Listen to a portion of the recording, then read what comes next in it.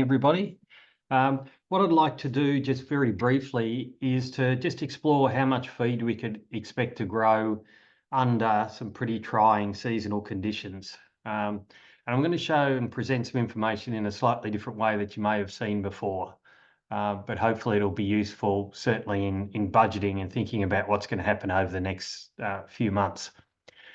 But before I do, I just want to have one slide on what I call the fundamentals of pasture growth. So quite often you'll see figures about, oh, the pasture will grow this much, so many kilograms per hectare per day. But we've just got to be mindful there are a number of things that drive and interact or influence that final pasture growth rate figure you get. And I'll use grasses, but the same thing occurs with legumes, and particularly something like subclover. If we look at grasses, we have individual tillers, and those tillers grow leaves, and they only grow a certain number of leaves before the bottom leaves start dying off, and people will probably be familiar with that. And so one of the fundamentals of growth and what drives growth is how quickly these new leaves emerge, and they emerge out of the centre of each of those tillers. And it is affected or influenced by two things: soil temperature and soil moisture. So in springtime, when we've got good temperature and good moisture, leaf emergence is very quick, and that is one of the primary drivers of why we get fast growth. Similarly, in the middle of winter, when it's very cold, we might have moisture and no temperature, so growth is slower. Autumn break is really driven not by temperature, but when we get our first lot of rain at that break period in autumn. So one of the first things to realise is just there's something that's outside our control, which is a fundamental driver of pasture growth. But there are also things that are within our control that are important to appreciate as well. The first one is that once we've got a leaf out there, how big that leaf becomes, both in the length and the width of it, is driven by soil fertility. And so if we don't have leaves, fertiliser doesn't have that effect.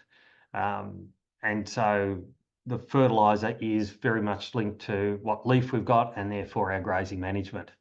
But we can grow leaves on a plant, but if we really want to accelerate or maximise pasture growth, you want to have lots of tillers per plant. So instead of having one or two tillers on a plant that are growing big leaves, you want to have 20 tillers on a plant that grow big leaves. And tiller set or tiller replacement, because the tillers you'll have, particularly in perennial grasses, live and die. No more than about 2 years maximum, sometimes only a few months they live for. So they're constantly being replaced. And the replacement of those tillers in your pasture depends on the time of year. Most commonly, tiller replacement is set in springtime, but also is influenced by plant reserves, soil fertility, particularly nitrogen, and also for some plants like perennial ryegrass, light reaching the base of the plant or the crown of the plant. If it's something like phalaris, then it's that it goes in that reproductive phase and sets those dormant buds.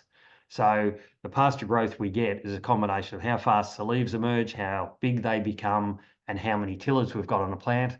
And then finally, it's how many, if you like, plants you've got in an area. So a pasture that's got a lot of density and a lot of plants in a given area is obviously going to end up producing more stuff. And we can influence or manipulate that through things like seedling recruitment, another thing called tiller fragmentation, where big plants break up into more than one plant, so they fragment or break apart. Or in things like phalaris, you'll see things like rhizomes underground, and they will fragment underground and create new plants. So when I'll show you some pasture growth rate figures, I'm assuming that these sort of factors are in place. In other words, we have good soil fertility, we have adequate numbers of tillers on the plant, we have good plant density, and that's how we get the pasture growth rates we do. If any of those are compromised in any way, then our pasture growth won't be as high. So when we're estimating pasture growth, we're doing that in kilograms of dry matter per hectare.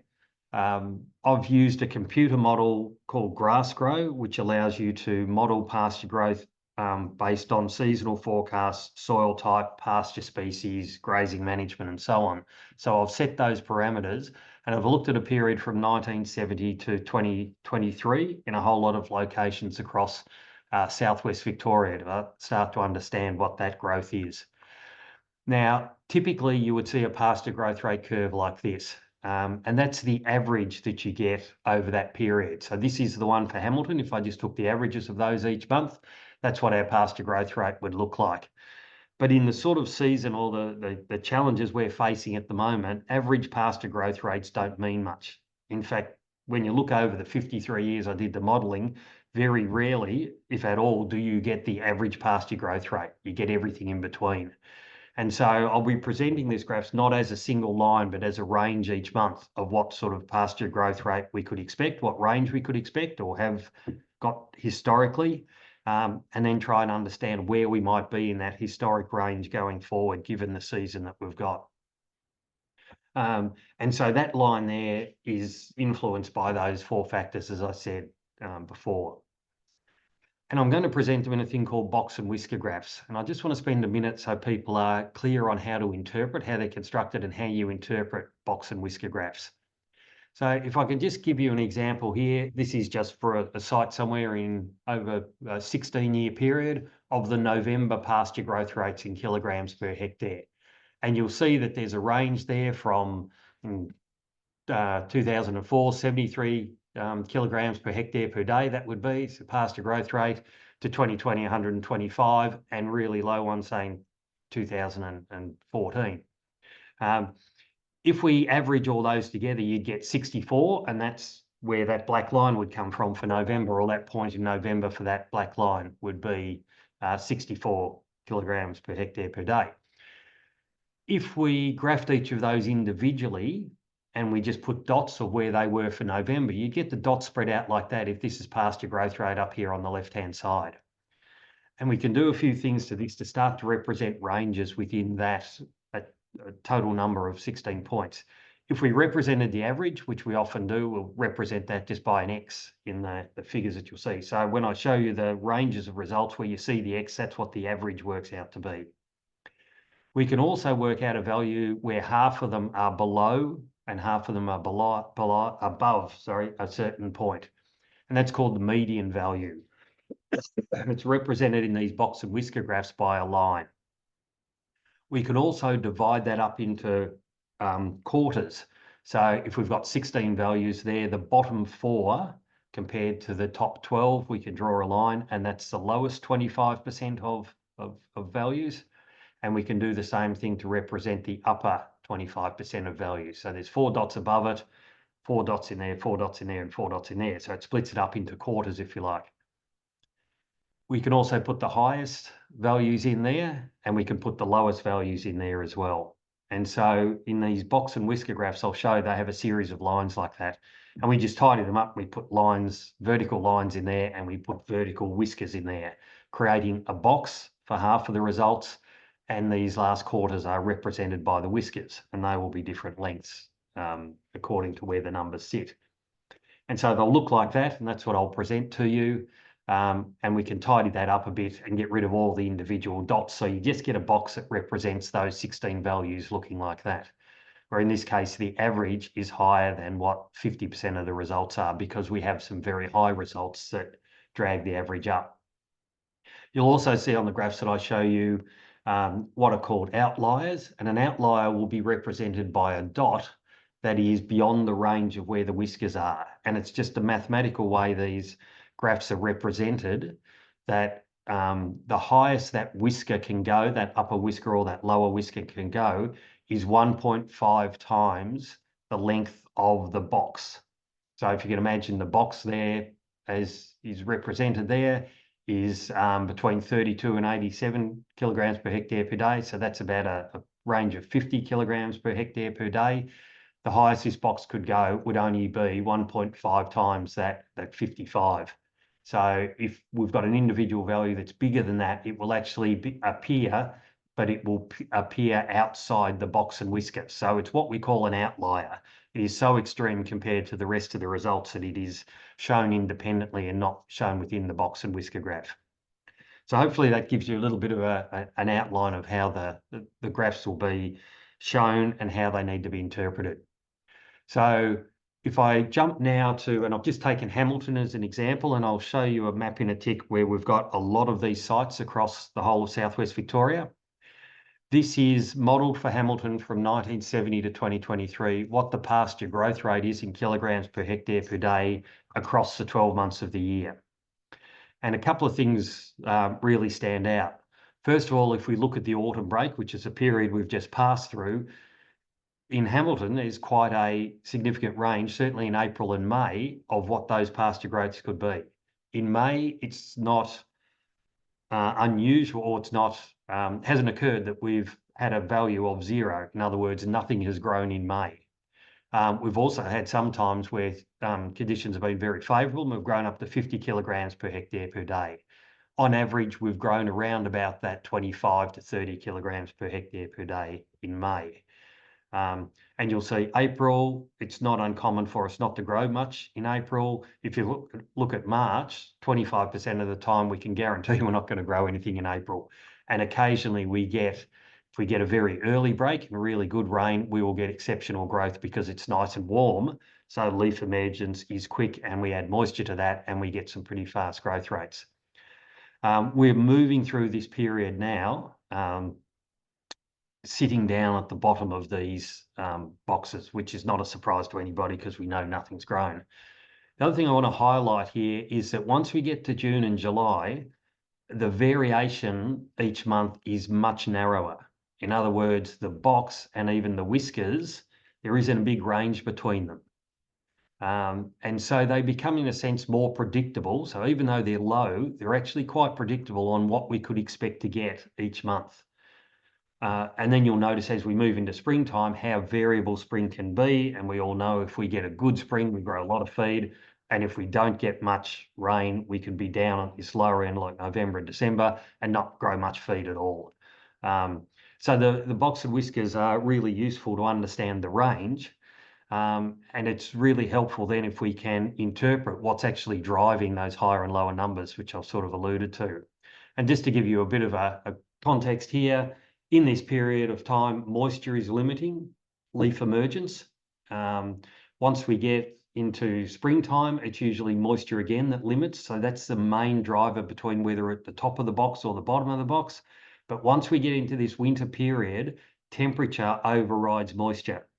So we don't actually need a lot of moisture or a lot of water in the soil profile, or a lot of rain for that matter, in June and July. We need some, but we don't need an enormous amount to grow feed. Where what is going to influence whether at the top or the bottom of these boxes in wintertime is temperature. And probably the only favourable thing I've seen from the Bureau in the last few months is they think that the winter period is going to be warmer than average. So if we can get moisture, there is a chance that we're likely to be at the top end of these boxes rather than at the bottom end of these boxes. In other words, we'll be growing a bit more feed than we would have on average. And just to put last year into context, because we've lived through that, that's what June was like last year, and that's what July was like last year, according to the models in 2024. So even though we were tight in winter last year, our growth over that period of time was within the sort of ranges that we expected. But what we all knew is we didn't get a break, and this is what March, April, and May looked like in 2024. So this is the reason why it was such a grind last year, because we had such a poor start. We were right at the bottom of those boxes for that autumn break period. And in fact, this year we're sitting very similarly, January, February, all the way through to April, basically sitting on 0 for those 4 months in Hamilton and a lot of other locations as well. So there is opportunity that we can actually get a bit of growth over this period of time, but it's not going to be very much, and we're jiggered because we haven't been able to build something up over here. So the obvious implications of that the winter growth is low but relatively predictable because it's temperature driven. But rarely does winter growth allow you to build any feed wedge, which we all know, even if you've got very low animal demand. There's no way, unless we intervene with something else, to be able to naturally make that grow much faster than what pastures are capable of doing anyway. And obviously the timing of the autumn break is crucial to having that winter feed wedge. If we can get that early and we can build up some feed, and then in winter just keep up with animal demand over that period of time, we have feed going into winter and then moving into that spring period. So there are lots of those graphs, and I'll show you, as I said, a map in a tick where those locations are, which you can download from the Southern Farming Systems website. I also did a little bit of work, given that the last couple of breaks that we've had, or lack of breaks that we've had in autumn, just where they sit historically of when we've got the autumn break. So I call them start dates. So I was able to use the same information that was in those computer models to understand where we sit in the frequency of when the breaks occur and how often do we actually get those late breaks. And the way this was done was when I looked at the model and I looked at it on a weekly basis of how much grass was grown on a weekly basis historically. And I said the start date referred to a period where we had 4 consecutive weeks where our pasture growth was better than 10 kilograms per hectare per day or 70 kilograms per hectare per week. Excuse me. So if the way the results were presented, that you'll see the summary of them, this is just for 2022. We got some rain in early March. It started pastures growing in the second half of March, but then you can see because we didn't get any follow-up rain, the pasture growth slowed down again. So this is a classic case. If you get some rain, you get a bit of green pick, but it doesn't keep growing. And then as we got more rain in the middle of April, pasture growth picked up again and continued for more than a 4-week period. So in this case here, that was considered a false start. So I didn't count that as calling that the autumn break. I counted that as a true start. So the 14th of the 4th would be what I would have recorded as the start, or the autumn break period when our growth started to occur. So the graph I'm going to show you, or the graphs I'll show you, and for the different locations, are built on this understanding that where do we get at least 4 weeks of continuous growth in that autumn period. And when you look at the frequency in which that happens, so this is Hamilton again, but we've got different locations and the graph does look a bit different in some locations. You can see there on that graph that the most common over that 53-year period has basically been the first half of April, from the 31st of March to the 14th of April. That was the most frequent. So 14 times out of those 53 years, that's when we got the start to the season. And so if you put where we are at the moment, where we still haven't had a decent start to it, and we're in this late May period, we're starting to get into territory that we don't get to very often. It's about 7 times out of 53 years at the moment. And if we get to the end of May without having that break, then we're really in a 1 in 50 year sort of starting time for the seasonal growth. And it was the same sort of area we were last year. So the last couple of years have been really at this tail end of that frequency of when we get that break or the start to the growing season. So it just puts it in context just how challenging what we're facing really is. Another thing I was able to do with the information, because I've got those informations and those different start times now, was to understand, depending on when we get the start time, how much feed could we expect to grow at the end of each month. So what this graph is representing here is each of those dots represents a year. And so, for example, if we got a growth starting on the 15th of April, which we've got over a few years over that 53-year period, how much did we grow if we got growth on the 15th of April by the end of May? So if you can imagine, it's a 6-week period, in this case here, from the 15th of May to the end of April, how much feed did we grow over that period of time? And you can see that it's around about that 1,200 to about 1,500 kilo sort of mark.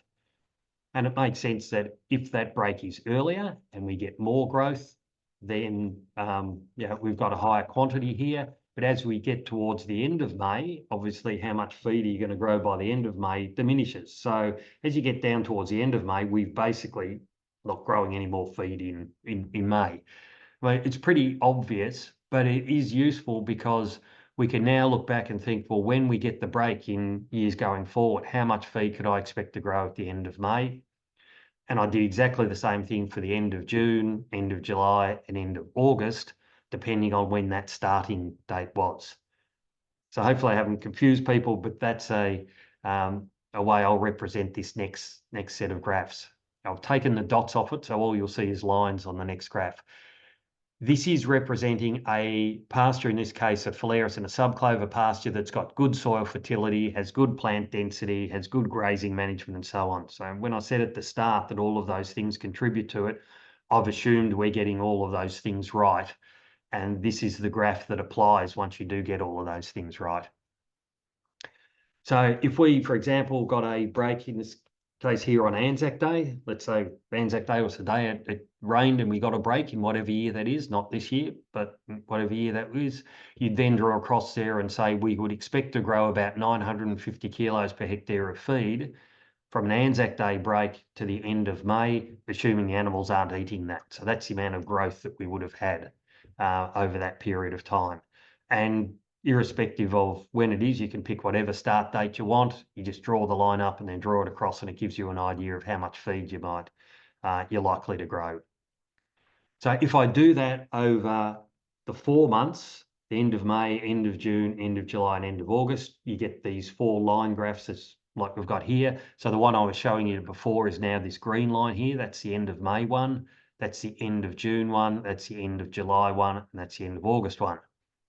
So if we think, and fingers crossed, let's say we get rain in the next week or so, so our growth starts at the end of May, which is the period that we're in, and I'll say here the 27th of May because I've got this on the axis, you would draw a line up there through those 4 graphs, 4 lines that you've got. Then if you go across to the vertical axis that's going up here, obviously, if we get a break on the 27th of May, how much feed are you going to grow by the end of May? Virtually nothing. And it is represented there as nothing. What would we grow in a month's time? It would be over here. So we're looking at the sort of growth we're looking at over there is probably about 700 kilos by the end of June. If we get a 27 May break, we go up to the next one. What would we expect by the end of July? About 1,350 kilos. And by the end of August, we would expect around about 2,500 kilos of feed. That's assuming animals aren't eating any of that. And obviously, if they're out of containment in their grazing paddocks, then they're going to eat some of that down. So these charts are available, as I said, for you to contemplate. These are the locations where the modelling has been done. The green pins represent where I've done the box and whisker graph for the 12 months of the year and done the autumn break figures. And those graphs that I showed you on that previous slide, the yellow ones at the moment only represent the box and whisker graphs that I showed you in those earlier slides. But so at least you've got the range of pasture growth, and you could extrapolate from that with a bit of rain, we're likely, and it's reasonably warm, we're probably going to get about average winter pasture growth, and that's probably going to be around about the 15 to 25 kilograms per hectare per day, depending on where your location is. It does vary a bit depending on that location. Michelle, I think, is putting in the chat box the links to be able to go to those sites and download that information. Now, I mentioned when I did this modelling, it was all on certain assumptions on the pasture and what the pasture looked like.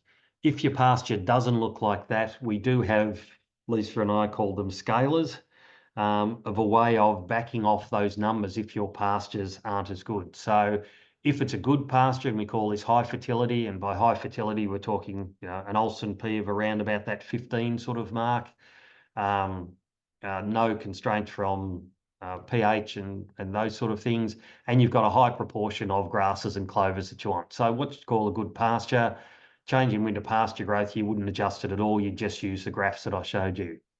But as that goes down, so if we take here an average pasture, that'd be lower fertility, so that might be an Olsen P of around 8 or 9.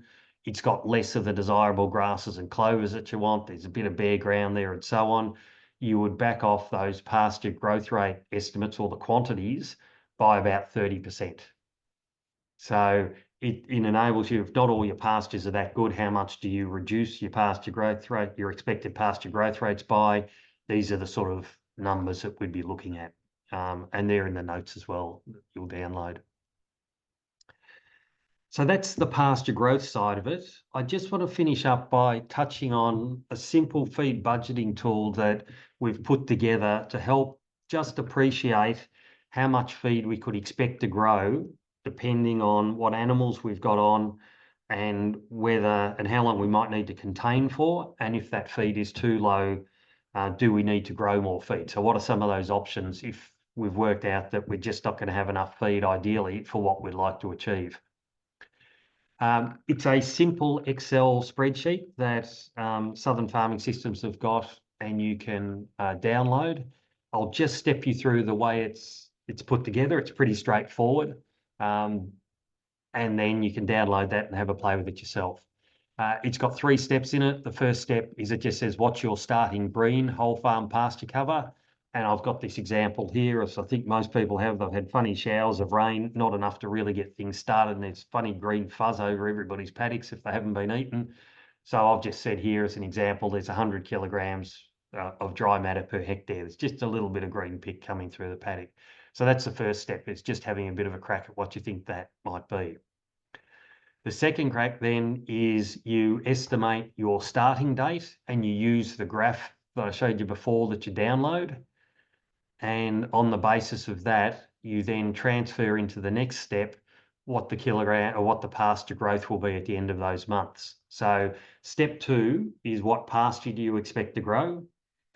And in this one here, you've got these little drop downs. So when you click on the cell, it gives you a type of pasture that you've got. That's built in there to accommodate for wastage and for losses that will occur if you're grazing and things like that. So that's all built into the background. You can put a description in here about the type of pasture it is. And the example I've got here is we've only got pasture, but we've got what I call my good pasture and then my average pasture. I've got 250 hectares of good pasture in this example here, and I've got 150 hectares of what I've called my average pasture. And so you type in how many hectares you've got over that period, and it only goes from April to August. And then you type in how much pasture have I grown to the end of the month. Well, the end of April, we've grown nothing. End of May, we've grown nothing. And if we get the break in this case here on the 27th of May, I look up how much would I grow in June. So I go up to there and go across, and that's about 700 kilograms. So I'd put 700 kilograms in that box.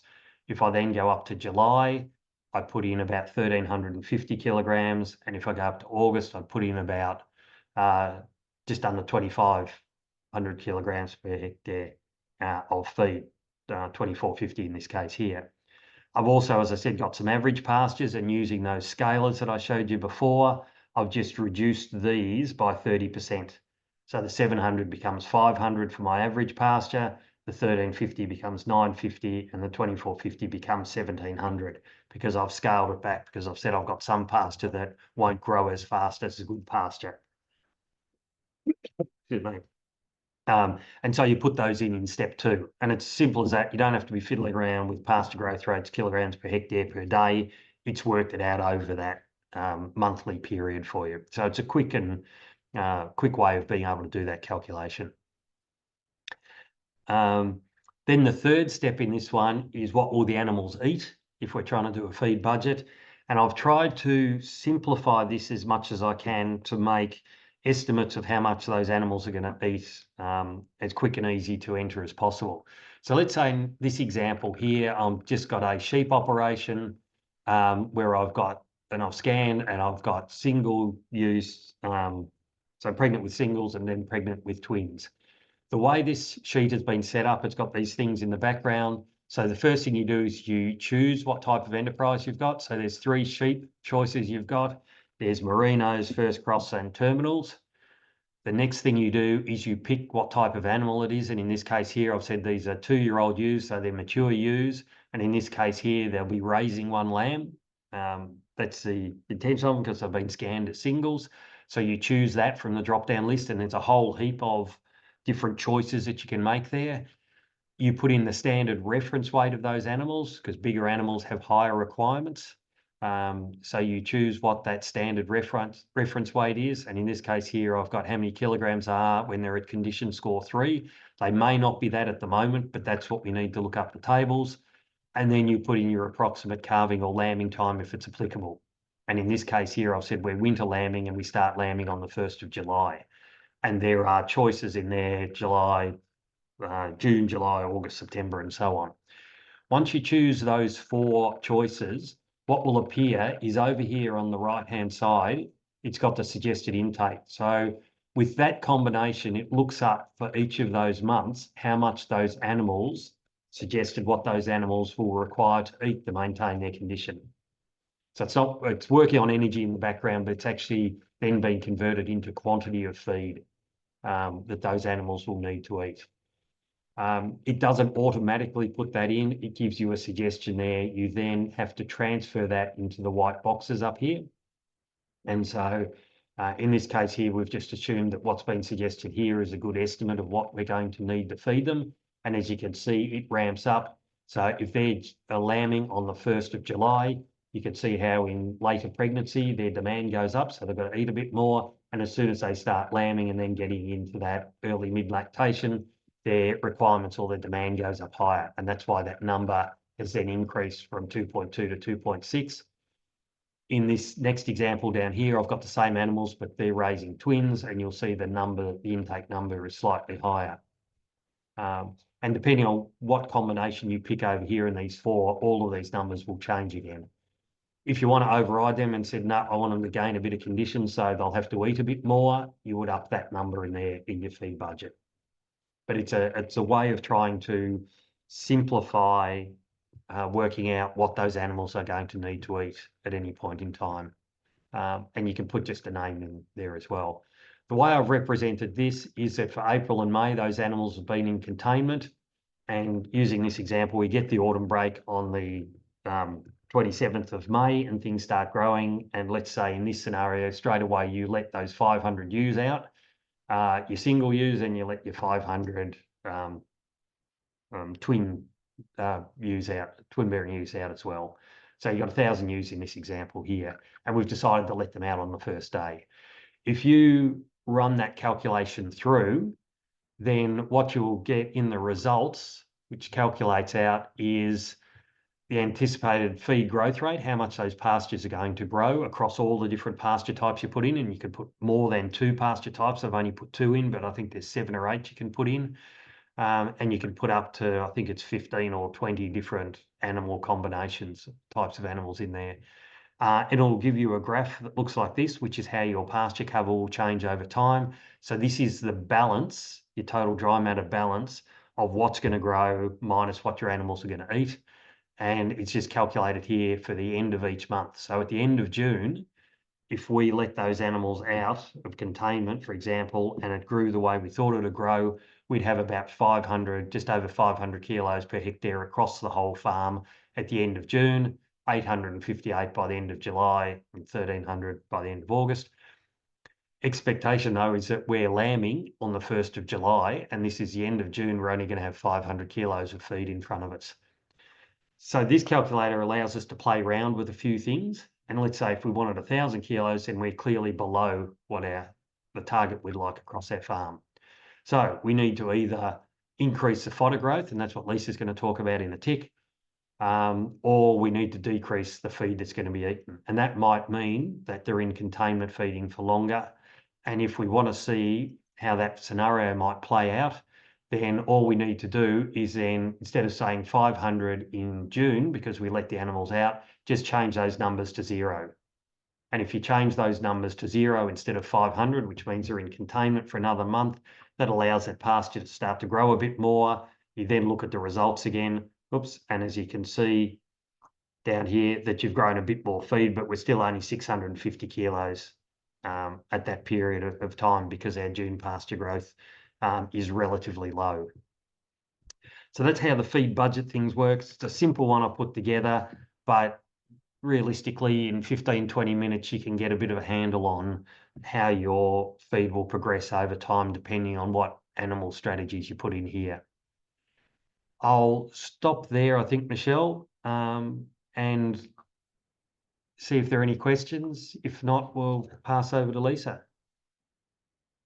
So anyone got any questions from the forum, either type it in the chat box or put your hand up and unmute when asked. To be clear, Cam, with those graphs, with the lines, with the starting dates, it's each of those lines is the total at the end of the month without animals eating it. Yes. So it is pasture growth. Yes.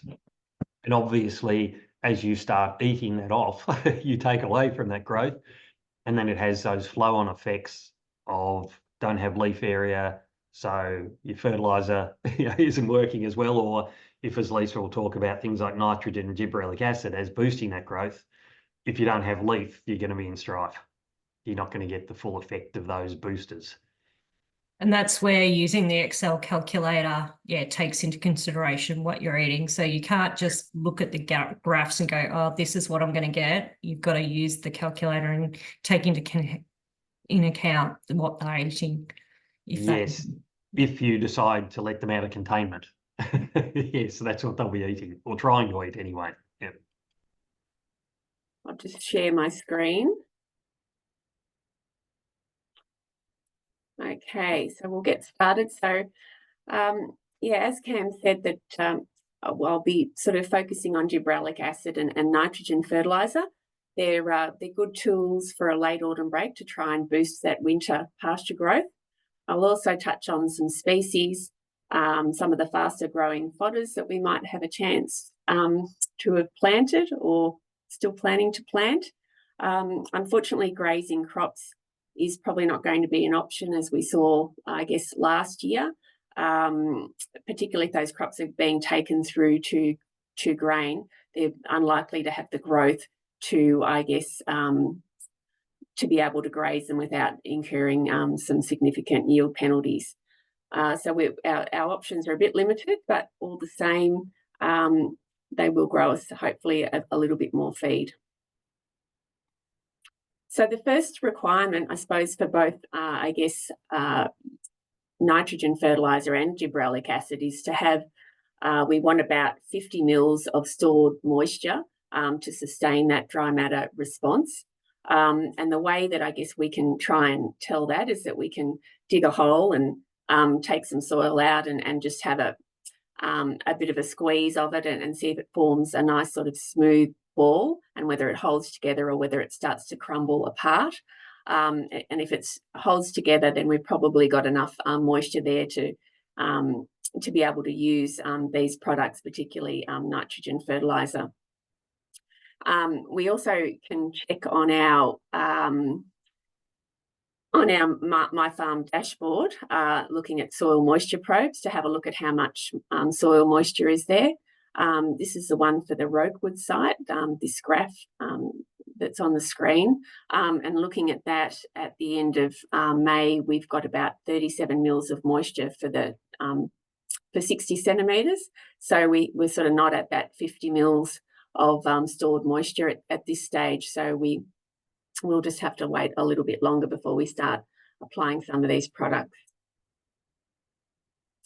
I guess what we should be ready, I guess, to take advantage of soil moisture and those good growing conditions when they start to occur, because we don't really know what's around the corner. So holding off is probably not a good idea, but obviously we don't really want to apply on the first rain, because we still need to sort of have that bit of pasture density and leaf area to start to get a response to these products, which I'll talk a little bit more about. So I'll start off with talking about gibberellic acid, and we have got a soil temperature requirement to use that.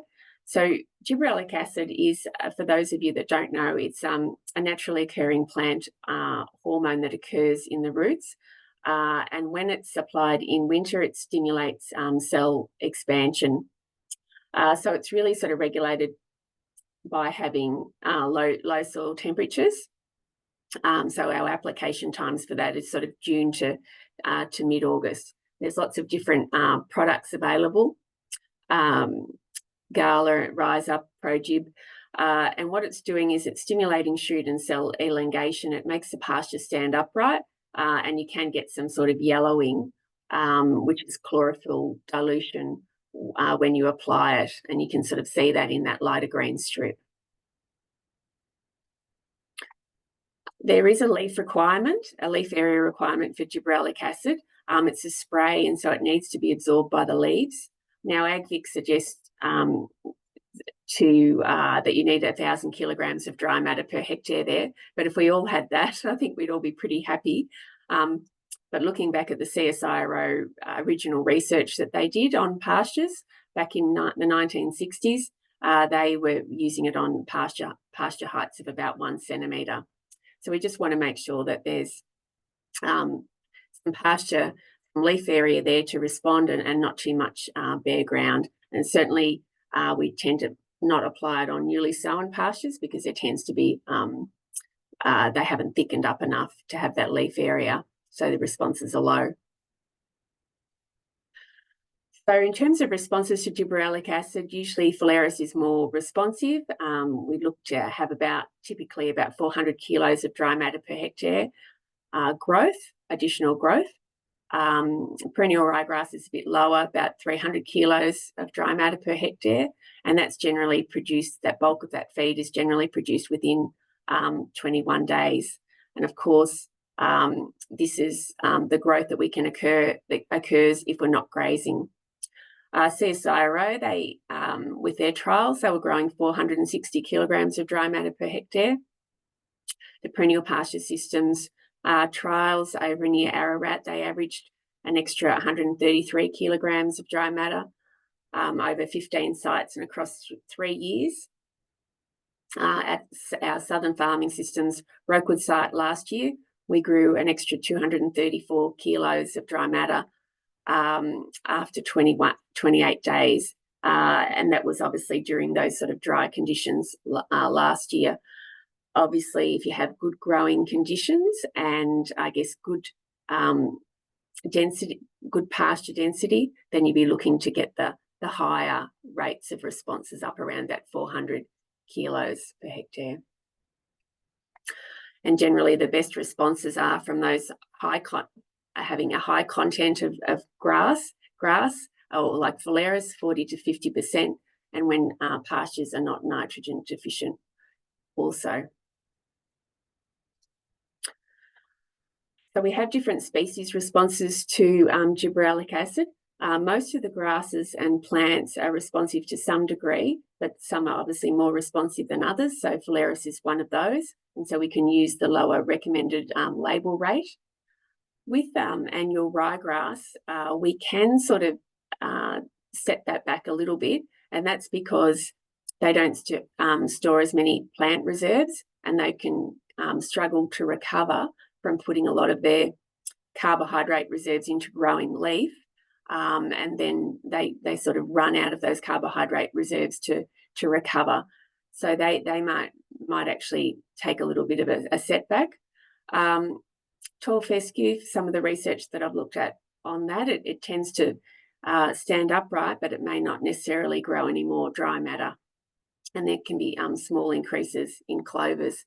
It's not generally, some people have tried to use it as a weed control method, such as like a spray graze, but it hasn't been effective to control weeds.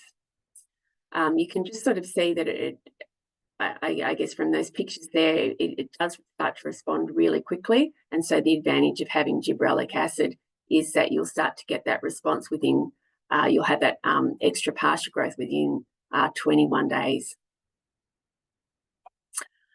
Now, it can cause a little bit of a yield suppression.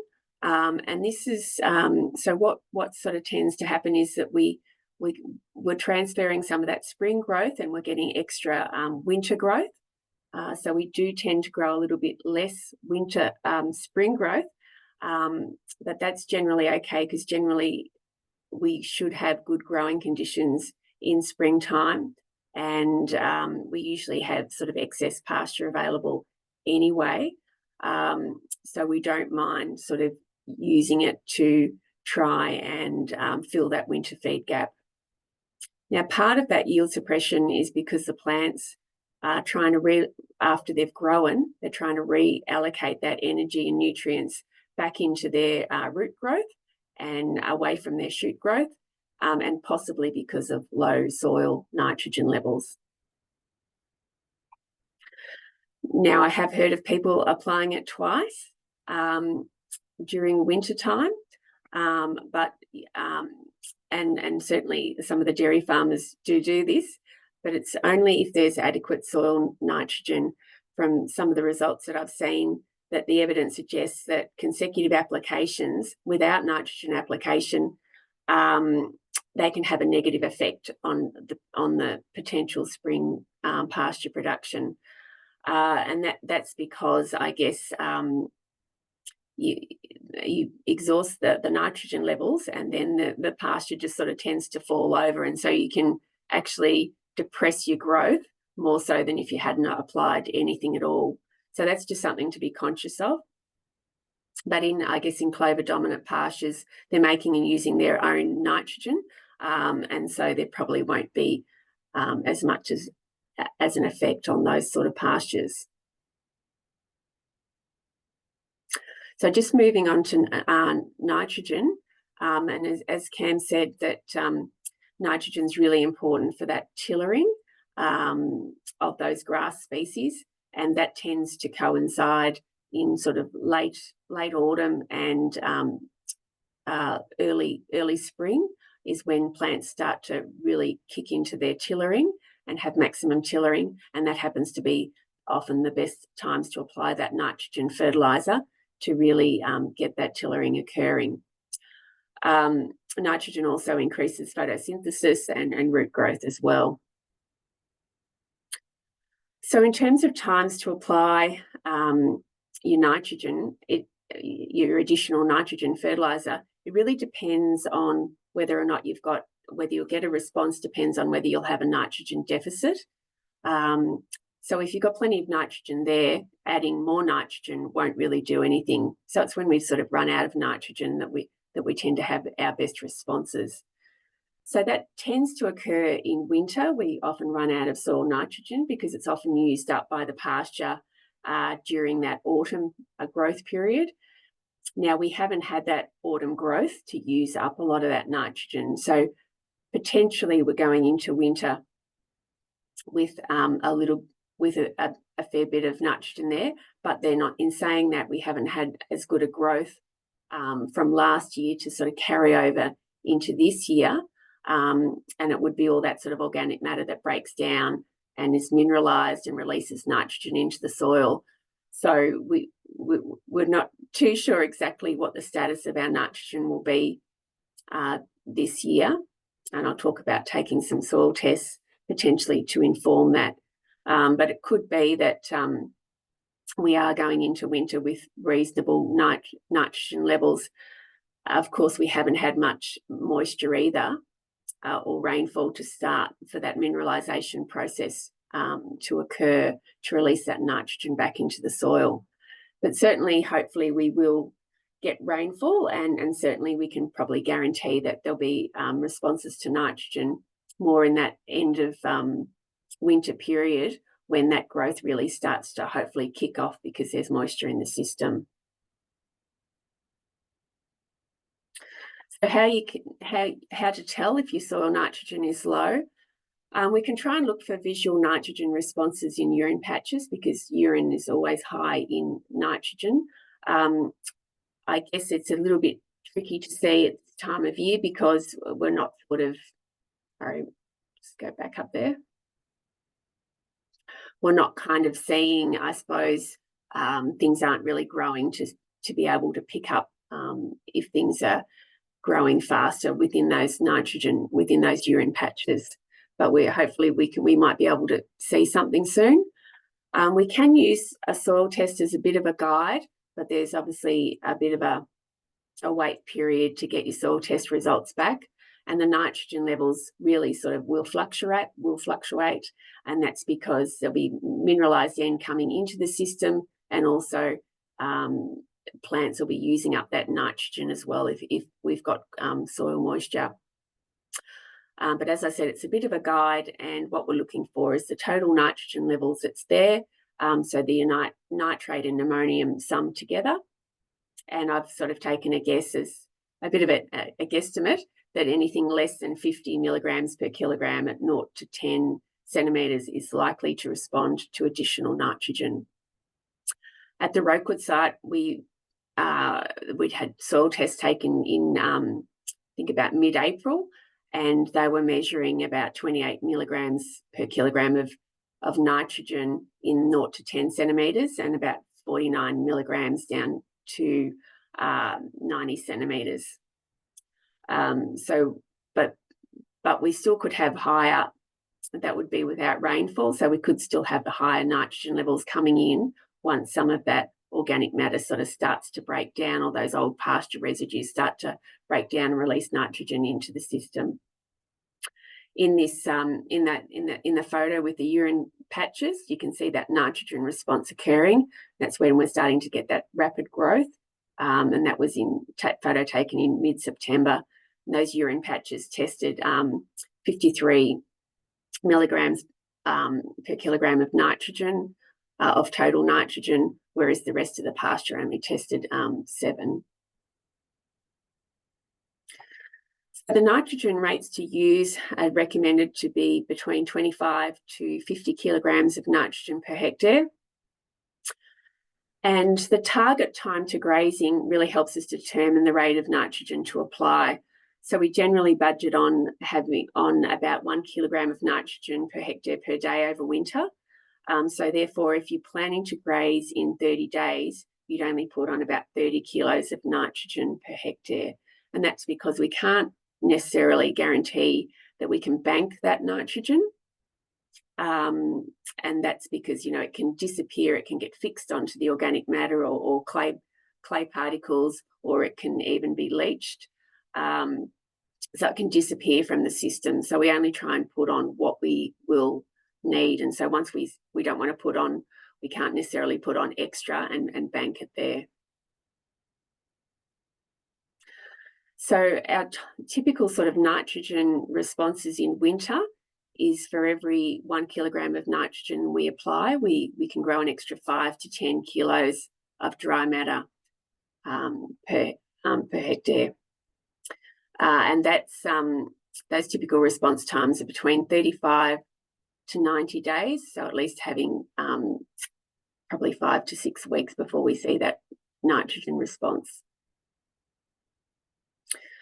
So if we apply 50 kilos of nitrogen per hectare and we're getting 5 kilo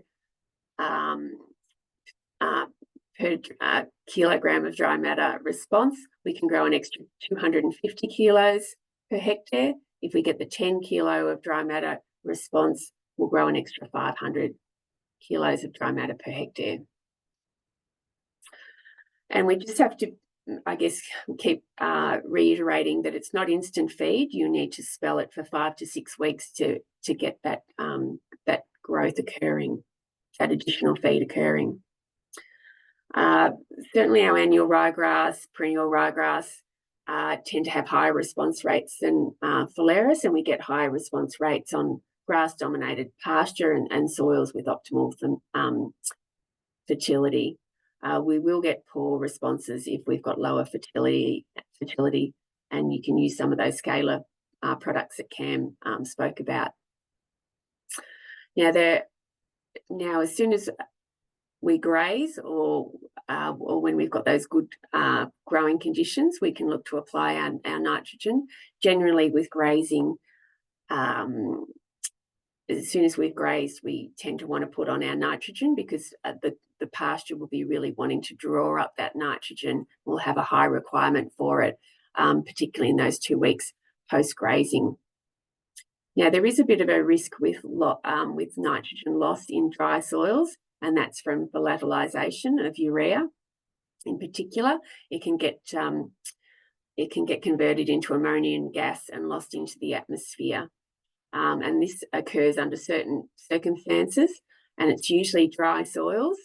But fortunately, it also tends to occur with higher temperatures. So more losses of that 20 to 30% more likely to occur under higher temperatures in that mid-spring period. We may still, with dry soils, we might experience some lower losses in a dry winter. We're not too sure. Some of the literature tended to suggest it might be 1 to 10%.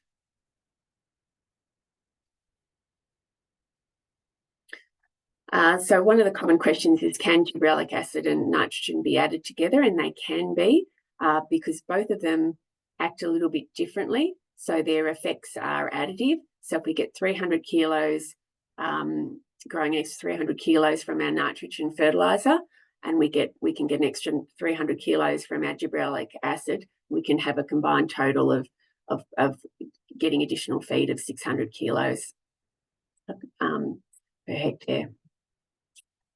So gibberellic acid, it's applied as a spray, and it can be applied with a liquid nitrogen.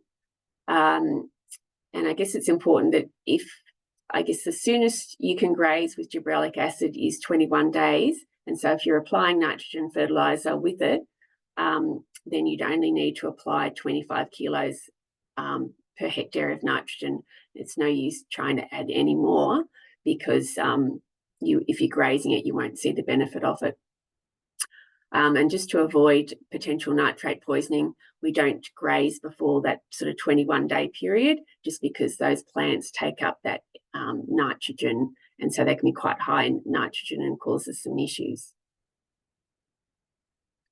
In terms of costs, the gibberellic acid is about half the cost to produce a kilo of dry matter compared to urea, but both are very favourable compared to having to purchase in feed. And you can see the costs there, so I won't go through all of those, just to say that it's always cheaper to grow your own feed rather than having to purchase it in and feed it out. Even with the cost of urea fertiliser being high, it still is about half the cost of purchasing in feed.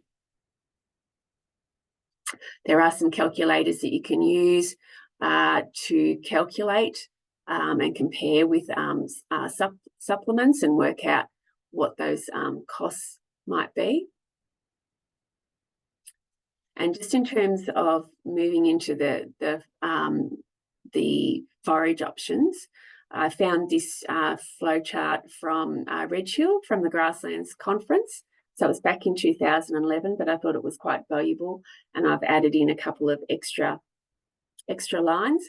But just to show you that, I guess the quickest to feed with a late autumn break, we're looking at perhaps that rye corn and probably some forage barley and oats. With our Rokewood trials last year, and they were sown under dry conditions with a decile 2 throughout most of the growing season. It was sown the 26th of April, and we had barley as our fastest growing fodder, then followed by rye corn. Even though we sowed with clover, we got very little clover growing last year due to that low soil moisture, and we're in quite a heavy, tough soil at Rokewood, very high in clay content. And I guess just that amount of dry matter that we've grown there, and actually that reminds me that Cam did have some growth rates of crops as well that he modelled that we'll be able to provide at the end of the presentation as well in the notes. But we were just looking at this. We did cut in the middle of September. So obviously if you're looking for growth during winter time, you're not going to get as much. You'll get some, but may not be enough. Just thought I'd show you a photo of this. So there are options where you could have planted last year, which is all very good in hindsight, but I thought this was pretty impressive. This was a kale crop planted last October, and that's by Catherine and Mark Fraser over at MacArthur. And that photo of them standing in that kale crop was just taken recently. And so they've got plenty of that kale going into winter time, which they'll strip graze. They usually strip graze it. And last year you can see the photo, the 19th of July, where they're strip grazing it. They said that it continued to grow during the winter time, so it was up about around about 2 metres tall by the end of August. And they got really good, I think they got about 75 days of grazing off it, and it grew about 7.8 tonnes of dry matter per hectare that they measured. And they had good weight gains off it. So just in conclusion, I guess if conditions remain dry, then the options are limited to grow enough feed to probably meet your livestock requirements. And so then it becomes a matter of choosing the least undesirable option available. And so that might mean that you need to further destock. But if our growing conditions are okay, then both gibberellic acid and urea are good options, and they can be used together to try and, I guess, push that pasture growth during winter. The minimum time frame under grazing would be 21 days for gibberellic acid and 35 days for urea in winter. Yeah, to try and, I suppose, get that, have that feed available. And just the last point is that gibberellic acid, it's not a replacement for fertiliser or nitrogen. The best responses are in fertile soil conditions. You may get away with just using gibberellic acid initially, but if you're going to use consecutive applications of it, then it would be best to apply nitrogen. And that's it from me. Thank you. We conducted a survey with 31 producers, and here's the learnings that we learnt from last year. So 71% of people fed their ewes during lambing, and they primarily used barley, faba beans, and hay were the feed sources. Trail feeding was the most common method, though with the concerns about mismothering led to some experimentation by some people with spreading feed like faba beans out with spreaders or getting self-feeders. There was a variety of strategies people used to build a feed wedge, which included both containment and sacrifice paddocks. We did experience a lot of kangaroo pressure, which was very disheartening and undermined people's efforts for building that feed wedge for their ewes for lambing, but they persisted through. We also found that people fed, their frequency varied. It opted from either daily to 3 times weekly schedules to balance out that nutrition and the lamb survival. Despite the challenges, some producers maintained or even improved their lambing marking percentages, but the key takeaways included the importance of scanning your ewes, feeding adequate metabolizable energy, and using tools like the Lifetime Ewe Management app or the New South Wales DPI feed calculator to fine-tune those rations. And asking everyone for their advice of what worked and what didn't work. They all thought starting feeding as early as possible, using small paddocks and small numbers of animals and mobs to reduce that mismothering. And also don't underestimate the value of looking after our mental health and getting support during tough seasons was all what everyone decided in the survey that we should share with everyone. We do have a full report which will be put up on the SFS website. We just have a question in the chat. Was there some pop-up while I was talking? Yes, I think there was a question on whether we could use gibberellic acid in June. I think that was the question, Michelle. Can you see that? Yep. Could you apply gib acid in mid-June, or will it not be cold enough, assuming we've had rain by then? So our soil temps are still sitting reasonably high. What is your thoughts there, Lisa? Yeah, I think it's felt pretty cold recently. I mean, maybe not during the day, but I think we'll find that we'll be able to use our gibberellic acid.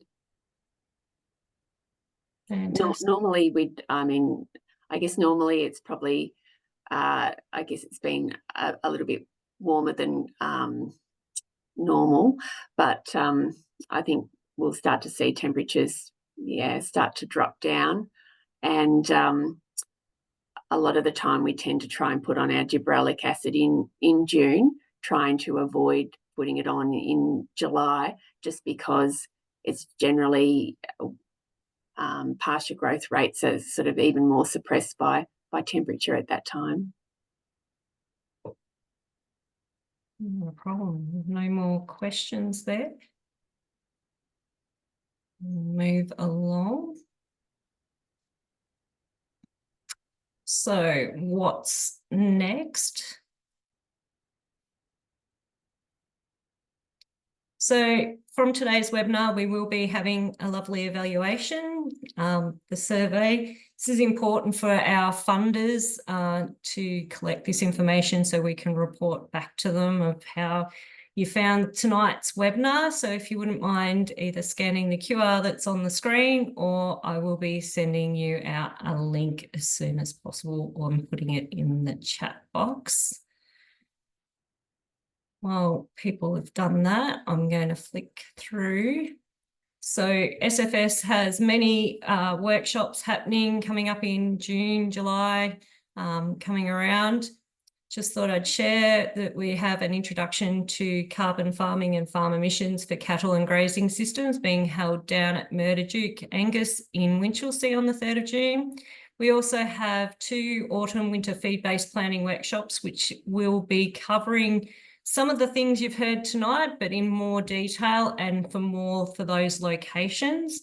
So we'll be in Ararat on June the 3rd and Skipton on June the 4th. If you'd wish to join us there, please jump on the website there and register. We've also got a Waterwise workshop being held down at Rokewood on June 17. The workshop will be covering off on water planning, self-assessing where we're at the moment and where we can go with those decisions and things like that. There's a decision matrices that we will work through people with. We're also inspecting a small farm dams project site where we have instrumentation up measuring evaporation and water loss, and is linked into some modelling and things that we can show people that's available. And then on the 25th of June, we've got a soils workshop in Hamilton as well. To check them out, the SFS website, the events page there as well. So for the resources for tonight, I put it in the link. So this is the homepage of the SFS website. If you click on the pasture and livestock thing, you'll see there's a project resources tools selection. Click on projects and you will find the autumn winter feed-based planning workshop. You will also see our other projects that we've done, which are called Uncertain Times and Dry Times. There's other resources in there that I would highly recommend having a look and checking them out as well. Also, another great place is Agriculture Victoria's website. They've just announced recently there's been some more funding announced for the dry times and drought support. All that information is on that website there. And the other one also that's really important is the Rural Financial Counselling Service. This service is free, it's independent, it's confidential, it's fast. You ring that number, you will talk to someone in your local region. I know there's an office in Hamilton and they can help you with any financial counselling issues or any health and wellbeing issues as well. So another great one to access, but they are a really good resource to you and available to everybody. Last of all, I would like to thank Cam Nicholson and Lisa Miller for their expertise tonight, and also to the Agriculture Victoria, because this was part of the Victorian Government's Drought Assistance Package for South West Victoria. Thank you all for joining us.